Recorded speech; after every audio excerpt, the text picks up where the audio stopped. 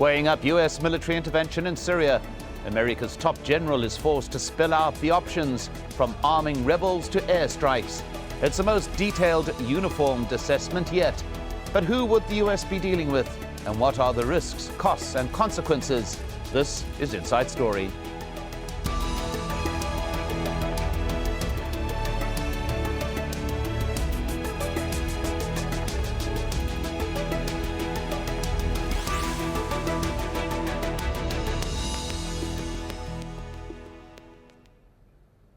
Hello and welcome to the program. I'm Mike Hanna. The United States' highest-ranking military officer has given the most explicit assessment yet of Washington's options to stem the bloody conflict in Syria. But the chairman of the Joint Chiefs of Staff, General Martin Dempsey, warned that any military intervention would be costly and uncertain. And he said once the U.S. took action, deeper involvement would be hard to avoid. General Dempsey assessed the risks and benefits of 5 military options. Arming and training opposition troops. That would cost $500 million a year. Then there's limited airstrikes. Establishing a no-fly zone. Creating buffer zones inside Syria. And controlling the government's chemical arms. These last 4 options would each cost $1 billion a month. General Dempsey acknowledged that any such action would strengthen the opposition and put pressure on Syria's President Bashar al-Assad.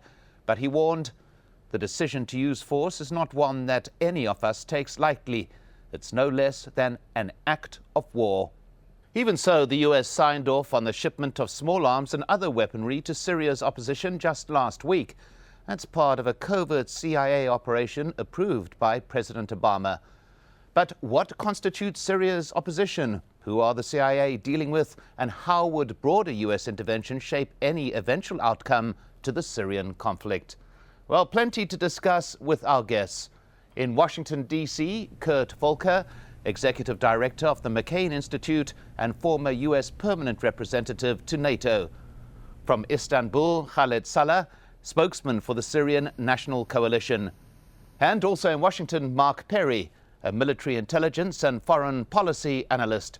Welcome to you all. Well, let's make clear right at the top, this information was not volunteered by General Dempsey. It was in response to a threat by Senator John McCain to hold up his confirmation hearings for a second term if he didn't bring up the information. Mark Perry, why these strong-arm tactics to get these details? Well, the military has actually been, I think, fairly forthcoming with the Congress on what its plans are for Syria, and Senator McCain wanted Martin Dempsey to say this in public. And I think it goes back to the surge in Iraq, if we recall that, where Martin Dempsey came out not in favor of the surge and McCain came out in favor of it.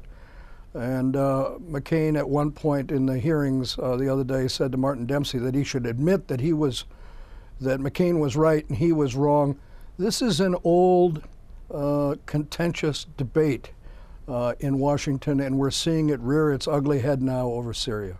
Well, Kurt Volker, those 5 points outlined by General Dempsey would appear to be the points that have been debated by the Obama administration in recent weeks and indeed months as it decides what to do in Syria. Well, indeed, and I think that as I understand the letter that's been prepared and submitted to the Congress now, it is outlining the escalation of potential options to be considered by the administration on how to support the rebels in Syria, everything from the lowest end of light arms for the Syrian rebels all the way up to direct intervention. The key thing, I think, here is what is the military's judgment as to what it was possible, what are the costs and benefits of these things, and then what is the political decision that the administration would make. Thus far, I think we've seen the administration is extremely cautious about U.S. direct involvement, and probably even more so as the situation has deteriorated. Well, Khaled Saleh, the tone of General Dempsey's letter would appear to imply a deep military reluctance to get involved to any great extent. Does this, to an extent, throw cold water on what the Syrian National Coalition would like to see, greater involvement from the U.S. military? You know, we've been very clear on our asks, whether from the United States, the other, what we call the Core 11, the core group of the Friends of Syria. But we've seen the hesitation, and I think the hesitation that we've seen from the Obama administration is echoed and mirrored by the hesitation that we see in France and in the UK as well. At the end, people are getting killed. We're facing the 13th largest army in the world, and I think the U.S. understands that there is a void. And if the U.S. and its allies are not willing to move in to fill that void, then we're going to allow extremists to move in. And that is something that we've been screaming about for many, many months. And now, unfortunately, we hear that the U.S. administration is a little worried about the situation. It's getting messier. And all I know that if we leave the situation as it is, it's going to just get worse by the day. We need the international to get involved. We need the U.S. to take a more of a leadership position on this issue. Well, Khaled Saleh, if I may just stay with you, and to be very specific about this, the president of the Syrian National Coalition, Ahmed Assejaba, has made very clear that the priority is getting advanced weaponry, and secondly, he says, the establishment of a safe zone to help with the humanitarian crisis, but no sign that this is being considered, at least by the United States? I think the U.S. and the UK, France are seriously considering the more advanced weapons. At some point we're asking for any kind of help. Over the last many months, the Free Syrian Army was able to capture many of the warehouses of the Syrian Army's weapon, of the Assad's army weapons. So they're able to use those against the Assad army. They're able to use those to protect the civilian population. But we're still facing an issue with the Russian T-82 tanks, the modified T-92, which the Assad regime is using against civilian population. We don't have any way to stop these tanks. I was talking to a commander, and he told me just 3 days ago he fired 12 rocket-propelled grenades at one of those T-92 tanks, and as if he did not do anything to that tank, it just continues firing and continues moving. Well, we still are asking for Sorry, Mark Perry, I'll come back to that particular point in a moment, Khaled Saleh, but Mark Perry, still staying with the direct U.S. involvement or non-involvement, as it may appear. One observer has stated that at the moment the ghosts of Afghanistan and Iraq are competing with the ghosts of U.S. involvement or non-involvement in Rwanda and Kosovo. Is this part of the dilemma being faced by the Obama administration as it struggles with the knowledge that so many people are being killed in Syria? I think that's exactly right. The ghosts of Iraq and Afghanistan and Rwanda are all there, and I would add one more ghost, the ghost of Libya. We intervened in Libya, and it's not clear that that intervention went as well as we would want it to. The military points out that there are 1.5 million refugees in Mali. The Maghreb has been destabilized. We talk about extremists in Syria if we don't intervene, but our experience has been that when we do intervene, they're extremists anyway, and we end up fighting them. So while we saved Benghazi, we undermined and destabilized a whole raft of countries across the Maghreb, and this weighs very heavily on the decision-making in Washington. Well, Kurt Volker, your opinion about this particular thing, about the difficulties being faced by the Obama administration to come up with a clear policy with regard to Syria, given the history of its involvement in the past few decades?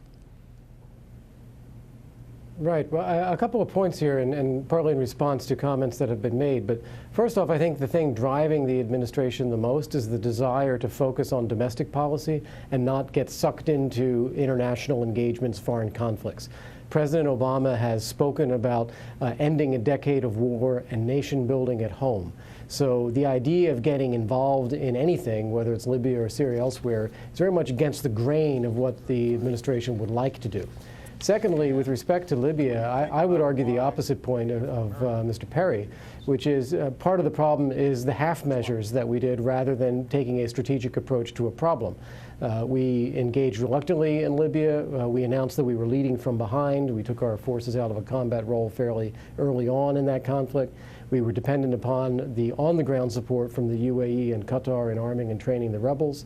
And then as soon as Gaddafi was toppled, we got out of there as quickly as we could, rather than providing a follow-on operation to help the new government gain control of security in the country. Syria, as we had done in other post-NATO conflicts.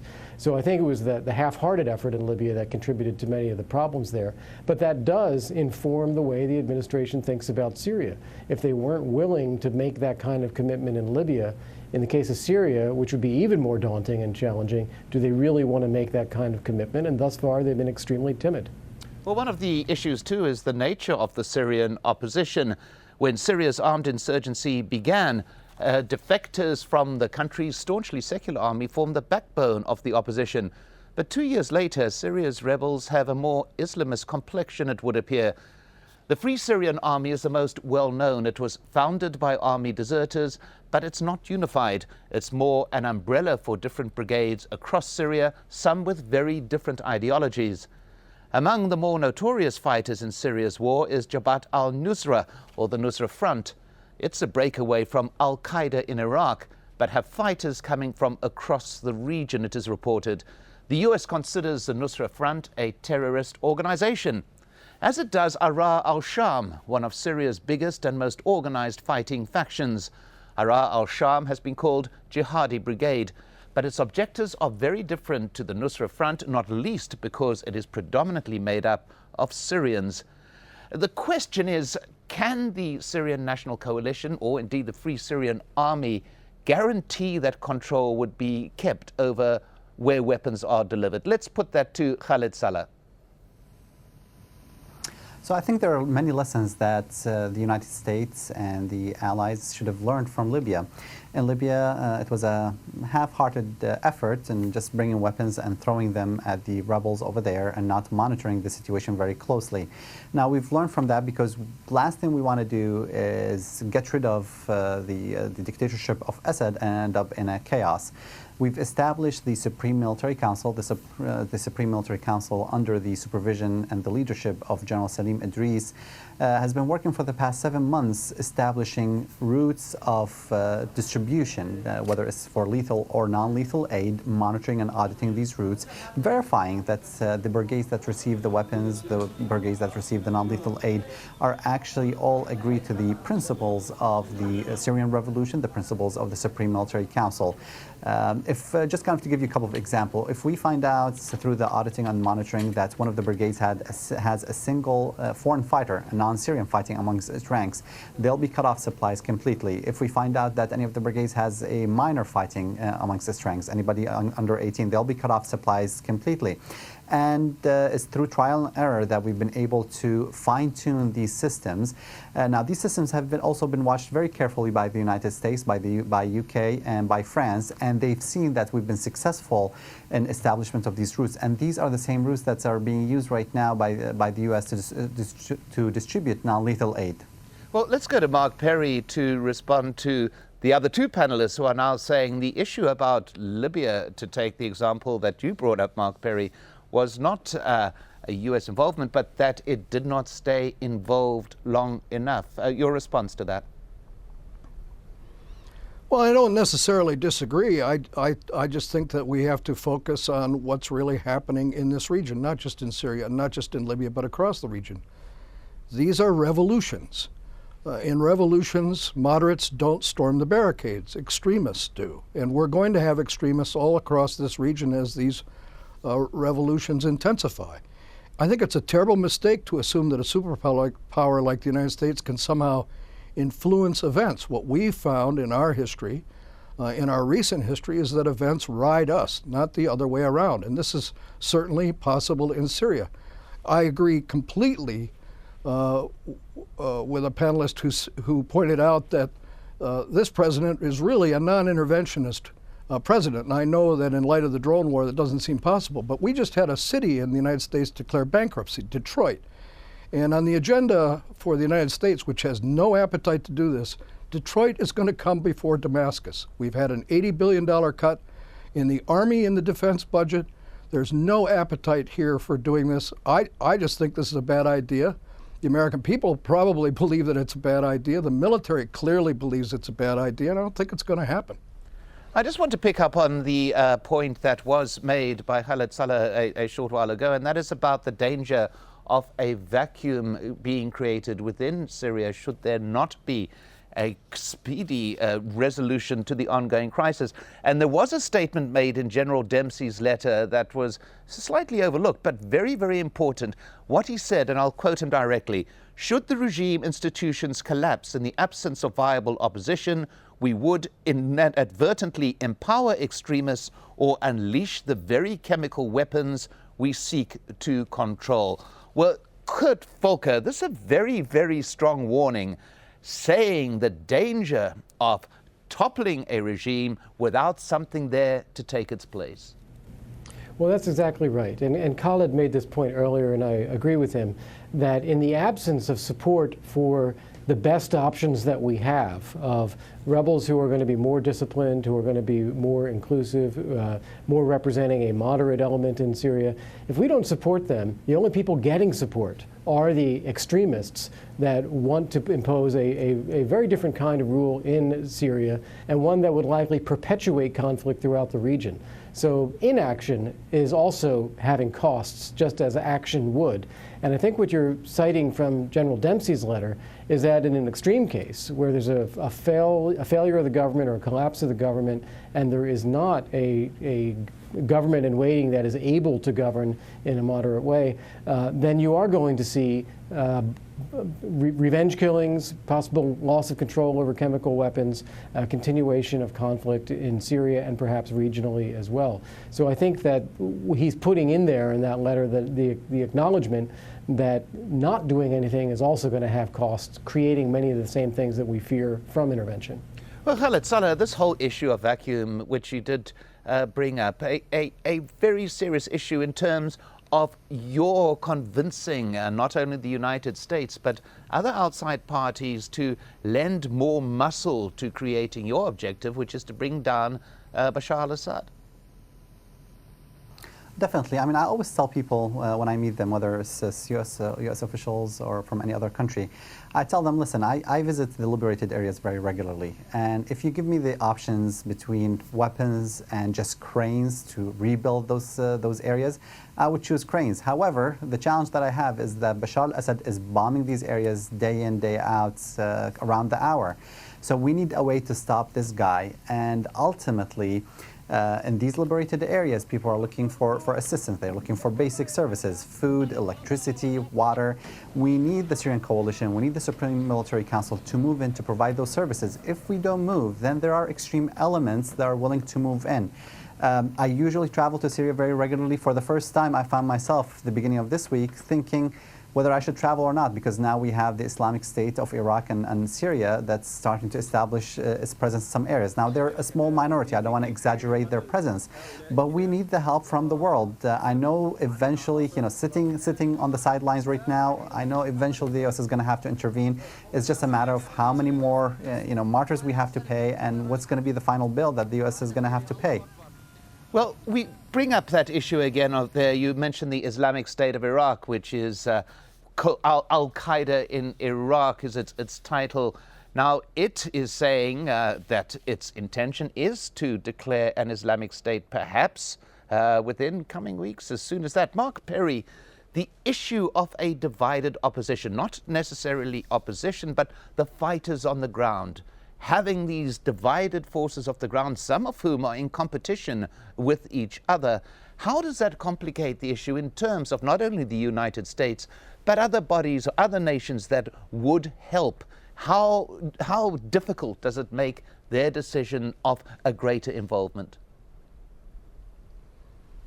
What's happening in Syria now reminds me of what happened in Anbar province in Iraq, where we desperately attempted to peel away the opposition to the United States occupation and divide it in two, and to turn the tribes of Anbar against an outside Al-Qaeda motivated force. This is happening in Syria, and we will probably have to work, and have been working, to identify those groups that not only oppose Assad, but oppose things like an Islamic State, and to help them. I think we're trying to do that.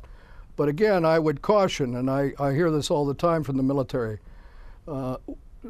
there's not much that we can really do ultimately to shape outcomes in revolutions. And the policy that the United States is following seems to be kind of made up as we go along, but I think it's very real. We don't want, we would like to see Assad lose, but it's not clear to me that we want some of the opposition here to win. And that's walking a very fine political line, and it's a very delicate thing to do. Well, good. Volker, I see that you're nodding there, that fine line that is being drawn. Is it possible to draw it effectively, do you believe? Well, first off, I think that Mark Perry is exactly right. I think that that is the dilemma, is that you don't want Assad, but you don't want some of these other extremist groups. The question, I think, really boils down to, can you influence that? Mark's saying that, no, you can't. I would argue that, well, by not doing anything or doing extraordinarily little, we are, in fact, influencing that in favor of the extremist groups that we desperately don't want to succeed. And it would take more active support on our part for those who we would be more comfortable with to give them a better chance of governing. I think he's also right. He made a point earlier about in a revolution, it's the extremists that arm the barricades or that charge the barricades. That's exactly right. But after that, somebody's got to govern. And it's not going to be the extremists that are going to do a good job at that. And we do need to be working hard to try to build something that could be a responsible government for Syria after Assad falls. And that's going to require supporting those groups now during the phase of the conflict. Right now, it's the ones with the weapons and the ones with the determination that are going to have the upper hand. And those aren't the groups that we want to see succeed. Well, Khaled Saleh, the SNC and many other outside observers have insisted that what happens in Syria is essentially going to have to be resolved by Syrians. It may require outside assistance, and as you've made clear, it does require outside assistance. But the ultimate end is for Syrians to create a resolution that is a Syrian one. Given all of that, are you confident that the divisions between those fighting on the ground at present within Syria itself can be eradicated, can be smoothed over? Can you see a united opposition emerging out of the conflict that is scattered at the moment? Now, we must separate two things. First, people fighting on the ground and the opposition. It's very clear to us as the fighting forces on the ground that we have two different crises that we have to deal with. The FSA has to deal with a crisis called Bashar al-Assad. He has a large gang that's well-armed, 13th largest army in the world, supported by Russia, Iran, the terrorist Hezbollah militias. So that's one crisis that we have. We have another crisis, and we are going to have to deal with it, and we are starting to deal with it, and that is the Islamic State in Iraq. We're not going to shy away from dealing with them. We made it very clear to them over the last few weeks that they're not accepted in Syria. They're not welcomed in Syria. Eventually, I firmly believe that the FSA is going to be able to deal with all of these challenges. In terms of the opposition, we have the head of the opposition now visiting the United Nations. We just finished the elections. The visit to the UN, the visit to France actually is going to happen tomorrow as well.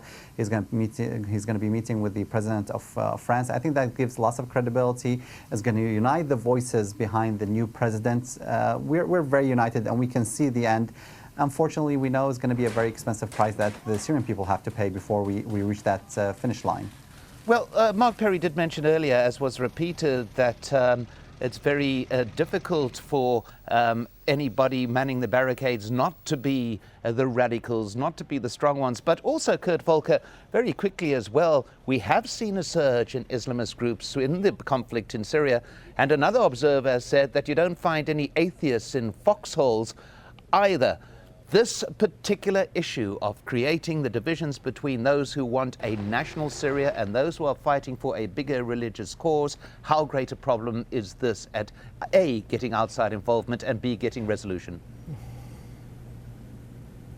Well, first off, it's a very big problem today, but it's important to note, A, it's a bigger problem today than it was a year ago, meaning that intervention earlier could have prevented some of the degree to which this has become more of a religious conflict. And B, it's going to continue to get worse unless we do more. Well, at that particular point, thank you to my guests, Kurt Volker, Khaled Saleh, and Mark Perry. And don't forget, you can find this program and many others at aljazeera.com. Just follow the link for shows, and why not leave us your comments at facebook.com/AJ Inside Story. I'm Mike Hanna. Thanks for watching. Goodbye for now.